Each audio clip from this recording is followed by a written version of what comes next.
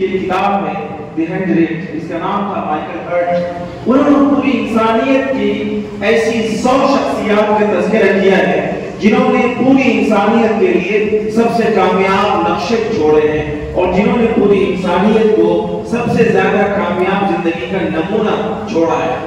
ایسے 100 لوگ پوری انسانیت کے جنہوں نے سیاسی، سماجی، مذہبی ہر اعتبار سے سب سے بڑی کامیابی حاصل کی۔ یہ رائٹر مذہبی اعتبار سے کرسچن ہے اور علمی اعتبار سے یہ سائنٹسٹ ہے، لیکن اس نے ان 100 لوگوں کی فہرست میں سب سے اوپر جس عظیم شخصیت کا نام لکھا وہ ان کے مذہبی اعتبار سے حضرت عیسیٰ علیہ السلام کا نام ہے، اور پیشے کے اعتبار سے وہ سائنٹسٹ تھا، تعلیم یافتہ تھا، تو اس نے اپنے کسی سائنٹسٹ کو نمبر 1 پر نہیں رکھا، اس نے پہلے نمبر پہ جس عظیم شخصیت کو رکھا ہے وہ ہمارے آقا سرکار دو عالم جناب محمد رسول اللہ صلی اللہ علیہ وسلم کی ذات گرامی۔ اور ظاہر سی بات ہے کہ ایک نن مسلم اور ایک کرسچن ریسرچر جب پہلے نمبر پہ پروفیٹ آف اسلام، پیغمبر اسلام جناب محمد رسول اللہ صلی اللہ علیہ وسلم کا تذکرہ کر رہا ہے تو یہ ایک بہت بڑے اپنے آپ میں جہاں حیرت کی بات ہے وہیں پڑھنے والوں کے لیے ایک سوالیہ نشان بھی ہے کہ آخر اس نے نمبر 1 پہ اسلام کے پیغمبر کا نام کیوں لکھا، حضرت عیسیٰ کا نام کیوں نہیں لکھا؟ لکھ سکتے تھے نا، لیکن نہیں لکھا۔ تو انہوں نے اس کتاب کے ٹائٹل میں، بڑی جامع کتاب ہے، اردو میں بھی اس کے ترجمے ہوئے، پڑھنے سے تعلق رکھتی ہے، اس کتاب کے اسی ٹائٹل پہ اس نے جو بات لکھی ہے وہ یہ کہ my choice of Muhammad to lead world most influential persons may surprise and question by others۔ میں نے جو سب سے نمبر 1 پہ محمد صلی اللہ علیہ وسلم کا نام لکھا ہے ہو سکتا ہے بہت سارے پڑھنے والے، بہت سارے اس کا مطالعہ کرنے والے ان کو حیرت ہو اور بہت سارے لوگ سوال بھی کریں کہ کیوں نمبر 1 پہ اس کو لکھا۔ اس نے جو وجہ لکھی ہے وہ آب زر سے اور سونے کے پانی سے لکھے جانے کے قابل ہے، اور یہ بات اس قابل ہے کہ ہم جیسے روشن خیال لوگ، ہمارے وہ بچے جو روشن خیالی کے زون میں ورلڈ وائڈ ایجوکیشن کو حاصل کرتے ہیں، لیٹسٹ تہذیب اور کلچر کو اختیار کرتے ہیں، اور آپ صلی اللہ علیہ وسلم کی سیرت سے اور آپ کے اسوے سے یہ سوچ کر دور ہیں کہ آپ صلی اللہ علیہ وسلم کی سنت اور آپ کی سیرت سے ہم جڑیں گے تو پیچھے رہ جائیں گے۔ اس نے لکھا ہے کہ he was the only man who was supremely successful on both the secular and religious level۔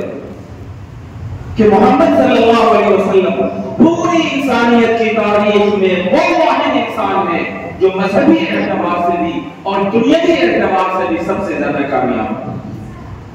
اب اگر ہمیں کامیابی چاہیے مذہب کے اعتبار سے بھی اور دنیا کے اعتبار سے بھی تو ہمیں کس کو آئیڈیل بنانا چاہیے، ہمیں کس کو نمونہ بنانا چاہیے؟ قرآن کی باتیں اچھی نہیں لگتی ہمارے نوجوانوں کو اور ہمارے شوق اور روشن خیال لوگوں کو، تو چلو انہی کی باتیں لو جو دنیا میں روشن خیال سمجھے جاتے ہیں،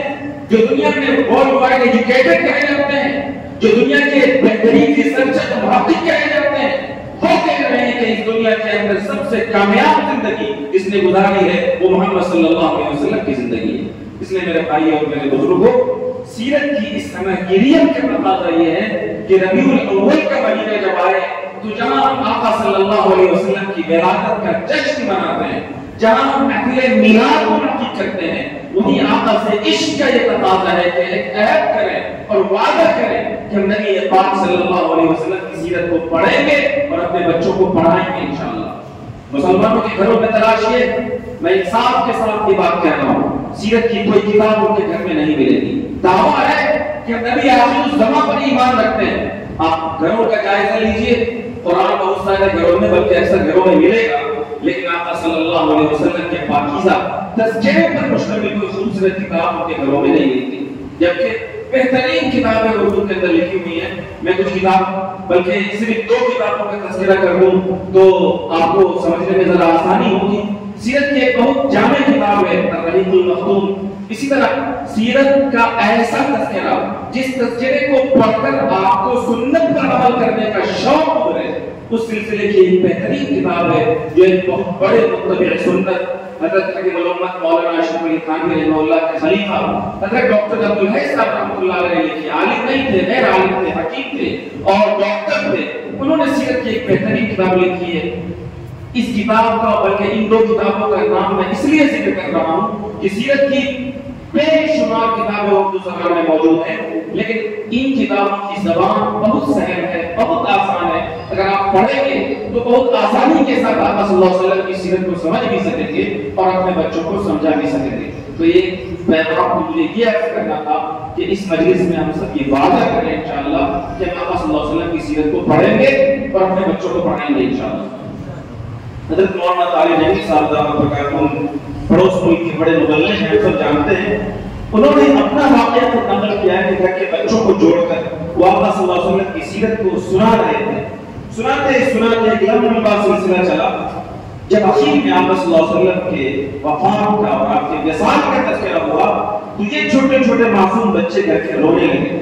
ان کی آنکھوں سے آنسو جاری ہو گئے کہ ہمارے آقا آخر دنیا سے پردہ کیوں کر گئے؟ اتنے عظیم نبی، پوری انسانیت کا درد رکھنے والا، ہمارے لیے دوڑنے والا، اڑنے والا، امت کی معمولی تکلیفوں پر بے قرار ہو جانے والا،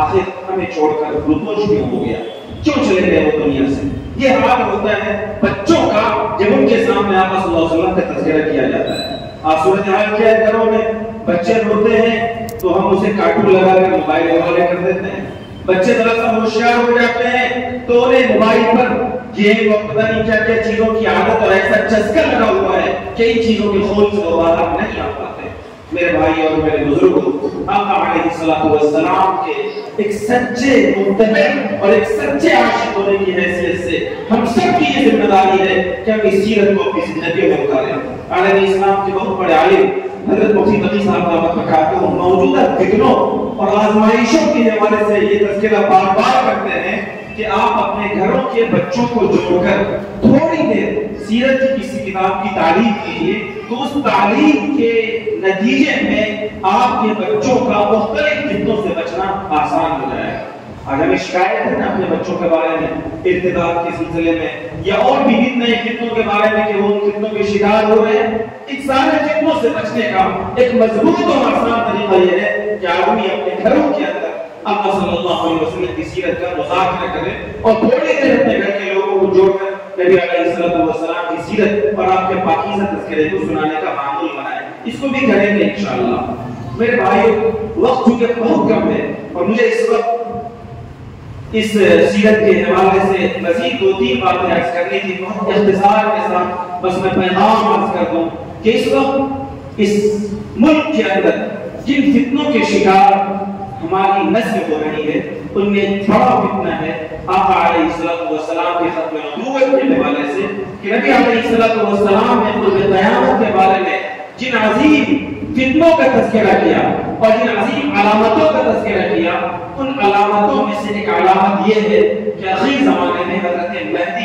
علیہ السلام تشریف لائیں گے۔ یہ دنیا کے اندر ظلم عام ہوگا اور اس ظلم سے گویا مسلمانوں کو نجات دلانے کے لیے اللہ تبارک و تعالیٰ اپنے اس آخری کا وسیلہ حضرت مسلمانوں کے لیے ایک پیشوا کے طور پر، ایک خلیفے کے طور پر اس پر وسیلہ بندے کو بھیجیں گے۔ اس کا نام نبی علیہ السلام کے نام کی طرح ہوگا محمد بن عبداللہ یا احمد بن عبداللہ۔ تفصیل کے ساتھ علامتیں ذکر کی گئی ہیں۔ نبی علیہ السلام کے خاندان سے ہوگا، مکہ کے اندر لوگ اس سے بیعت کریں گے، جب وہ آ جائیں گے تو ہر طرف خیر کا ظہور ہوگا، ہر طرف بھلائیاں ہی بھلائیاں پھیل جائیں گی۔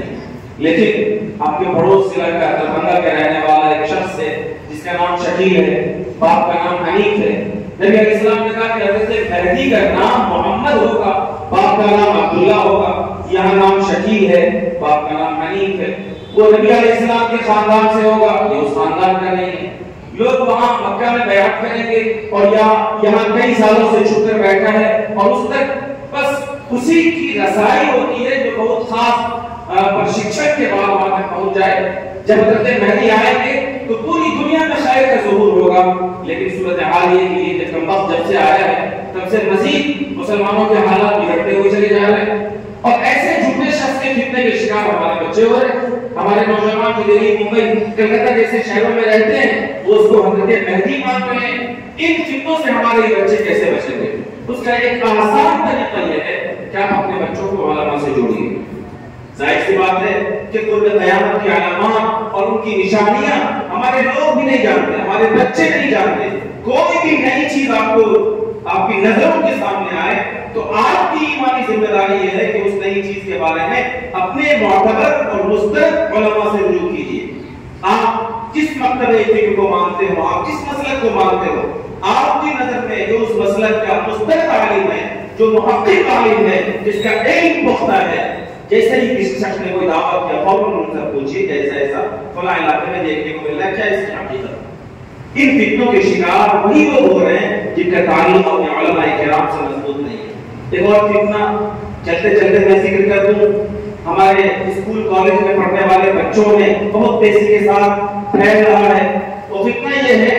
کہ ہم جیسے لوگ جب دین کی باتیں بتاتے ہیں تو لوگوں کو لگتا ہے کہ مولانا صاحب کوئی پرانی باتیں کر رہے ہیں, اور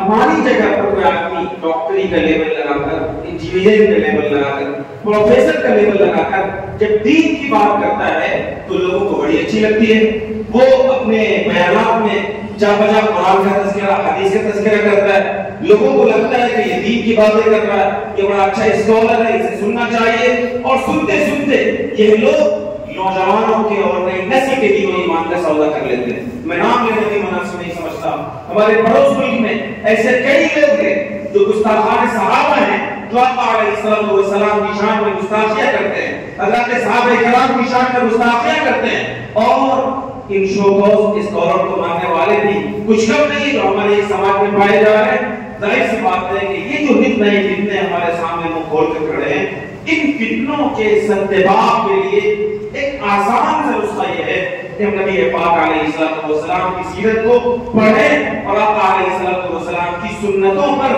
مضبوطی کے ساتھ عمل کریں. ایک روایت سنا کر میں اپنی بات مختصر کروں. آقا علیہ السلام نے فرمایا کہ جو آدمی میری سنتوں پر عمل کرتا ہے اللہ رب العالمین اسے 4 انعام دیتا ہے. ایک انعام تو یہ ہے المحبت فی قلوب البشر, اللہ تعالیٰ اس کی محبت تمام مخلوق میں عام کر دیتا ہے. اور دوسرا انعام یہ دیتا ہے الہیبۃ فی قلوب الفجر, کہ جو میری سنتوں پر عمل کرے گا وہ برے لوگ, فاجر لوگ اور دشمنان اسلام کے دلوں میں اللہ تعالیٰ ان کا رعب اور ان کی ہیبت, ان کا دبدبہ ڈال دیتا ہے. ہم لوگ پریشان ہیں, اتنی بڑی تعداد میں آپ آج کل ماشاءاللہ اسکیننگ کر رہے ہیں اور جوائنٹ پارلیمنٹری کمیٹی کو رپورٹ بھیج رہے ہیں, آپ بے وزن ہو رہے ہیں, آپ کا کوئی وزن ہی نہیں بن پا رہا ہے. نبی علیہ السلام فرماتے ہیں میری سنتوں پر عمل کرو, اللہ تعالیٰ تمہارے وزن کو بڑھائے گا اور تمہاری ہیبت اور تمہارا دبدبہ دشمنوں کے دلوں میں ڈالے گا. تیسرا انعام روزی میں فراخی عطا کرے گا. اور چوتھی بات جس کے میں نے یہ حدیث کوٹ کی, التثبت فی الدین, اللہ تعالیٰ دین میں جماع عطا کرے گا, دین میں پختگی اور ٹھہراؤ عطا کرے گا, دین میں ایسی پختگی آئے گی سنتوں پر عمل کے نتیجے میں کہ آپ کے اور آپ کی نسلوں کے دین و ایمان کا کوئی سودا نہیں کر پائے گا. اس لیے میرے بھائی اور میرے بزرگوں, اس طریقے سے اللہ نے یہ دین اور یہ ایمان آقا علیہ السلام کے صدقے میں ہمیں عطا فرمایا ہے. آج ہم اس مسجد میں اللہ کے رسول کی سیرت کو سن رہے ہیں. ہم یہ چاہتے ہیں کہ یہ ایمان ہماری نسلوں میں منتقل ہو. ایک آسان طریقہ ہے کہ جس عظیم شخصیت کی سیرت کو آپ یہاں سن رہے ہیں, اس عظیم شخصیت کی سنتوں کو اپنی زندگیوں میں نافذ کرنے کا عہد کیجئے اور اپنے بچوں میں بھی آقا علیہ السلام کی سنتوں کو رائج کرنے کا وعدہ کیجئے. آپ یقین جانیے, میں ضمانت دیتا ہوں اس بات کی آقا علیہ السلام کے احادیث کی روشنی میں کہ ہمارے بچوں کے دین و ایمان کا سودا انشاءاللہ نہیں ہو پائے گا. کہنے گے ایسا انشاءاللہ. اللہ تعالیٰ اس باتوں پر عمل کی توفیق عطا فرمائے. اخیر میں گزارش ہے کہ ابھی ملک کے جو حالات میں